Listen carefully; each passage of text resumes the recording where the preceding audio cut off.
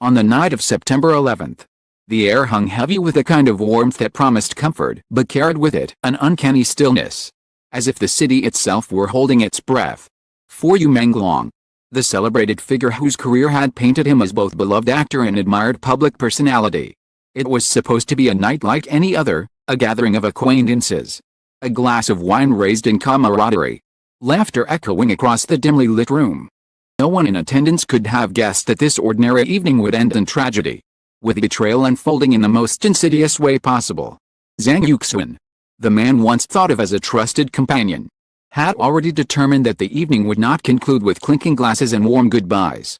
Instead, it would close with silence, shock, and the extinguishing of a life that still had so many chapters left to write. In court, weeks later, that September night would be relived with terrifying clarity. The prosecution, in a move that stunned not only the defense but also the public who had followed the case with morbid fascination, demanded a reenactment.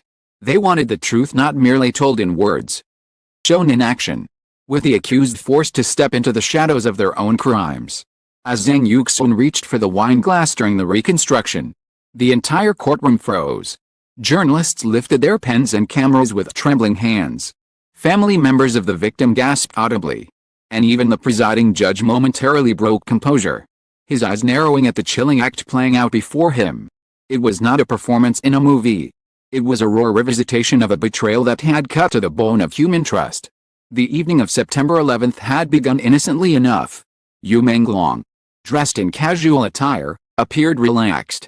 His smile warm as he entered the room where friends and acquaintances had gathered. The dim golden light reflected off polished glasses. Bottles of wine were uncorked. The hum of conversation filled the space. To everyone present, it seemed like a celebration of life's simple joys. Yu's presence carried the kind of effortless charisma that made others lean in when he spoke, laugh when he laughed, and feel a sense of calm when he raised his glass. Yet seated only a few steps away, Zhang Yuxuan's mind was a storm of calculation. Beneath his polite nods and faint smiles lay an unshakable determination to execute a plan he had rehearsed in his thoughts over and over again. Hidden within his jacket pocket was a small vial, its contents invisible, odorless, tasteless, but lethal. It was this vial that would forever redefine that night, and mark Zhang not as a companion, but as a murderer. As the night unfolded, Yuxuan bided his time. He waited until the laughter peaked, until eyes and attentions were diverted, until the sound of clinking glasses masked the quiet tremor of his own heartbeat. Then, with a subtle movement so ordinary it escaped notice, he tilted the vial above Yu Menglong's drink.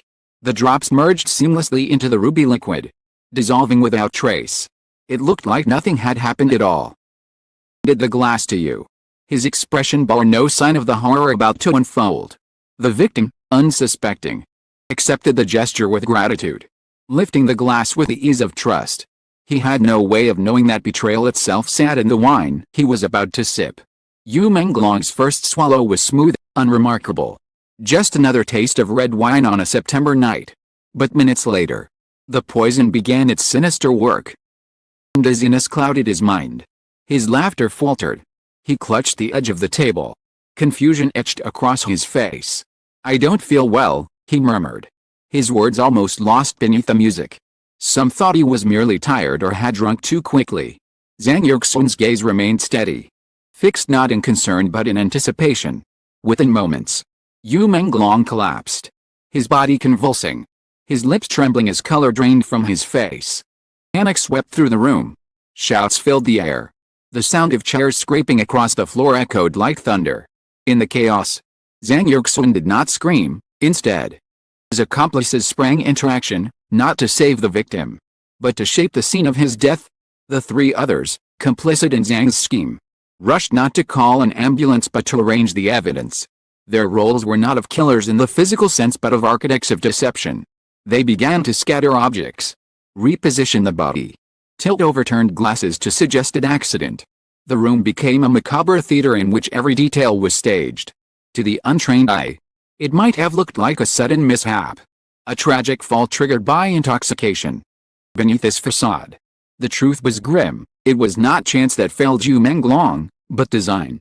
The poison coursing through his veins was no accident, and the silence of those complicit made them no less guilty. Investigators would later reveal that the staging was sloppy, inconsistent with the reality of human behavior in moments of crisis.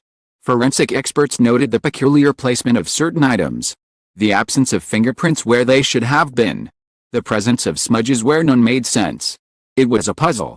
And like all puzzles, the pieces eventually clicked into place. The toxicology report was undeniable. Menglong had been poisoned. The glass from which he drank contained traces of a substance that never belonged in a night of celebration. The spotlight inevitably turned to Zhang Yuxuan, and to the three who had aided in the cover-up. Their alibis crumbled. Their denials weakened. And soon the narrative of the September night shifted from mystery to murder. The courtroom, however, brought the story to life in ways words alone could not. The judge, persuaded by the prosecution, ordered a reenactment. "Let us see," he declared, "how this night unfolded." It was an extraordinary request, bordering on the theatrical, but in its drama lay its purpose. The public needed to see, to feel, grasp the horror in real time. And so Zhang Yuxuan and his accomplices were instructed to demonstrate the sequence of that September night, with cameras flashing and silence falling heavy as stone. Stepped forward, his hand trembling ever so slightly as he picked up a glass. The court watched as he mimed the action of pouring invisible drops into the liquid. Though no poison tainted the reenactment, imagination filled the void. The betrayal was palpable. When he extended the glass outward, the weight of whose guilt seemed to hang in the air. Witnesses later described the moment as colder than any winter night. The accomplices followed, adjusting objects, mimicking their frantic yet deliberate motions as they had on September 11th. They rearranged chairs, tipped over bottles, created the illusion of a drunken stumble. Each movement was a chilling echo of the lie they had once hoped would pass as truth. Family members of Menglong could no longer contain themselves. Sobs reverberated across the room, their pain amplified by the grotesque pantomime of deceit. One relative cried out, "How could you?" before collapsing in grief, needing to be carried out by supporters. The judge struck his gavel, calling for order. But even he could not disguise the tension in his voice. Journalists scribbled feverishly, lines forming in their minds before ink touched paper. Cameras clicked relentlessly, capturing every angle of the macabre show. For the public following the trial, the reenactment was both horrifying and irresistible. That blurred the line between justice and spectacle. Commentators debated whether such a demonstration was necessary or cruel, but none could deny its impact. The reenactment stripped away the veneer of legal jargon and revealed the raw brutality of what had happened that September night. For Zhang Yuxuan, the reenactment was a mirror he could not escape. His calm demeanor faltered, replaced by the weight of reality as he replayed his crime in front of an audience that included judges, journalists, and the grieving family of the man he had poisoned. Emotion served as a confession more powerful than any written statement. His accomplices, too, revealed their complicity through the very act of reconstructing the scene. Their guilt was no longer abstract, it was embodied in the gestures, the movements, the silence that followed each reenacted step. The demonstration concluded. A collective shiver ran through the courtroom. Silence pressed down like a heavy curtain, as if everyone present had witnessed a murder firsthand. The first part of the trial ended with this haunting display. The judge dismissed the court for the day, his voice low, almost weary, as though even he had been shaken by what he had witnessed. People filed out of the chamber in silence, expressions a mixture of shock, grief, relief. Outside, reporters scrambled to deliver breaking news updates, their voices urgent as they described the courtroom spectacle to millions watching and reading from afar. Hashtags surged across social media platforms, rage and sorrow spilling across digital landscapes as though the entire world had been in the courtroom, holding its breath as Zhang Yuxuan dropped invisible poison into an imaginary glass. As dusk fell outside the courthouse, the image of that day lingered. The story of September 11th had been retold, not through testimonies alone, the living recreation of betrayal and deceit. It was no longer just a narrative confined to legal documents. It had become a performance etched into the minds of all who witnessed it.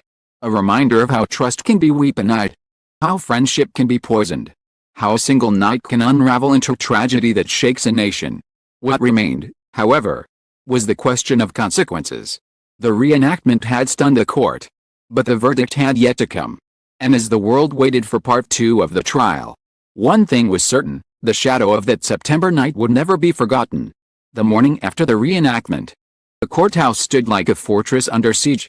News vans clogged the surrounding streets, their satellite dishes angled toward the sky as anchors rehearsed their opening lines. Journalists jostled for position. Photographers checked their lenses, and citizens gathered behind barricades erected to keep order. Overnight, the case had shifted from a high-profile trial to a cultural moment. One of those instances when an entire nation's attention is magnetized by a single narrative. Everyone knew the reenactment was unprecedented, but few anticipated how deeply it would wound the collective psyche. By the time dawn broke, hashtags surged across digital platforms: Justice for Menglong, Poison Wine, Never Forget 911 Night. In homes, offices, cafes, and classrooms, people spoke of nothing else.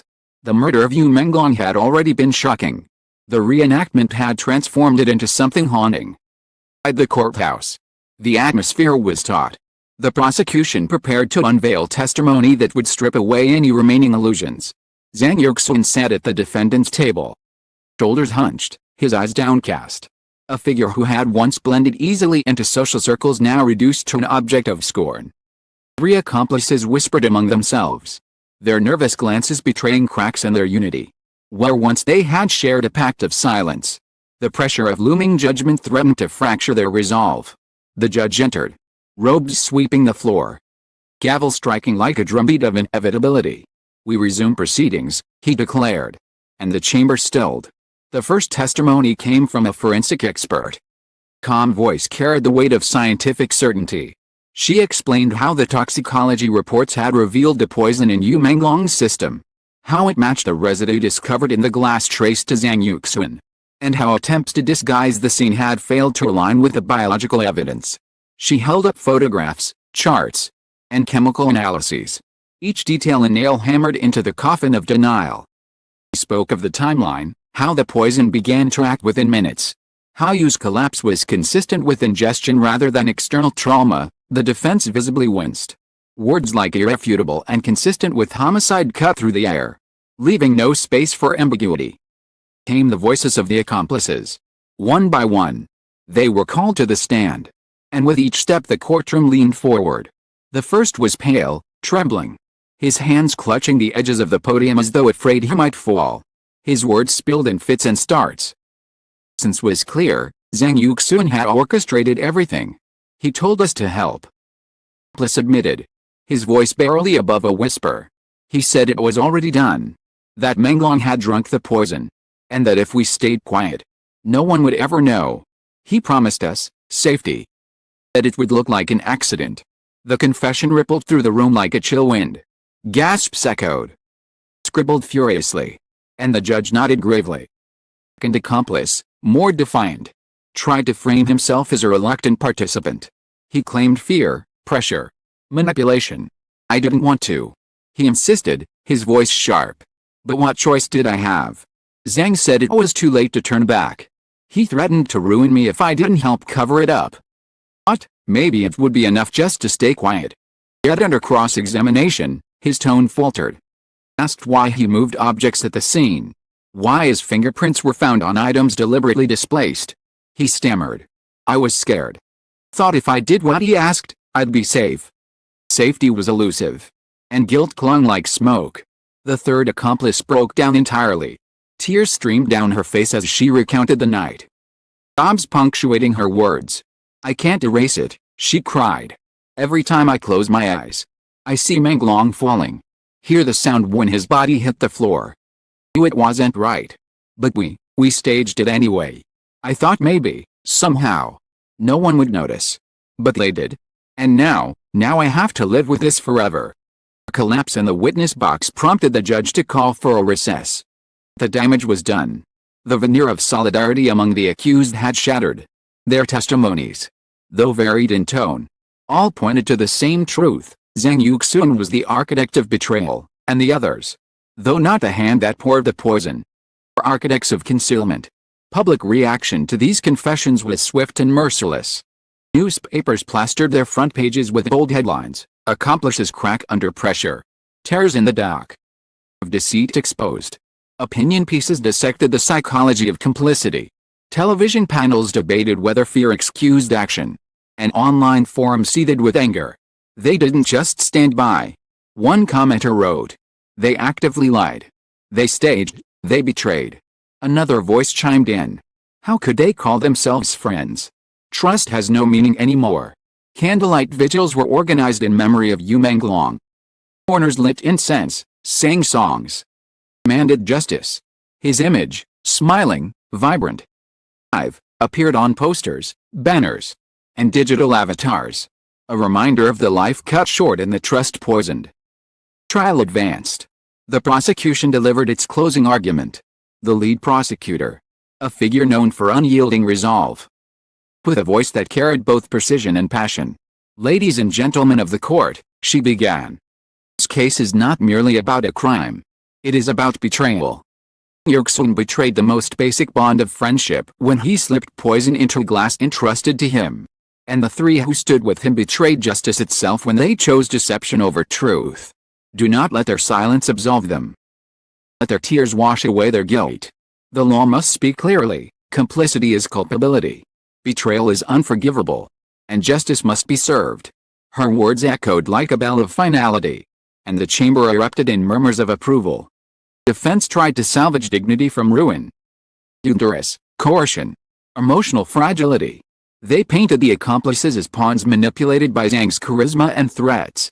For Zhang himself, they suggested mental instability and of madness rather than premeditated malice. The weight of evidence was insurmountable. The toxicology, the reenactment, the testimonies, all threads wove into a tapestry of guilt too tight to unravel. By the time the defense rested, even their own expressions seemed resigned. Their voices drained of conviction. The day of sentencing arrived with a gravity felt beyond the courthouse walls. Crowds gathered from dawn. Chants rising like waves. "Justice for Menglong! Justice for Menglong!" Security tightened. Fears reinforced. But nothing could contain the intensity of public demand. Inside, the courtroom was packed to capacity, every seat filled, every corner occupied by those desperate to witness the conclusion. The judge entered, his face solemn, his gavel striking thrice. "This court," he declared, "will now deliver judgment." Began with Zhang Yuxuan. His words were measured, deliberate, each syllable a stone laid upon the foundation of justice. "You, Zhang Yuxuan, stand convicted of premeditated murder. Poisoned a man who trusted you, extinguishing his life with calculated cruelty.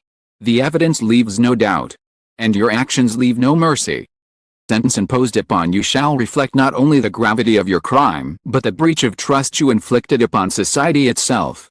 When he pronounced the maximum penalty allowable under law, a hush fell, broken only by the sobs of Menglong's family. Toward his head, his face unreadable, so drained of every last defense. The three accomplices awaited their fate with trembling anticipation. The judge's gaze swept across them. "You did not place poison in the glass, but you placed falsehood in the path of justice. You chose deception over truth, appearance over integrity. For this, you are guilty of complicity in murder.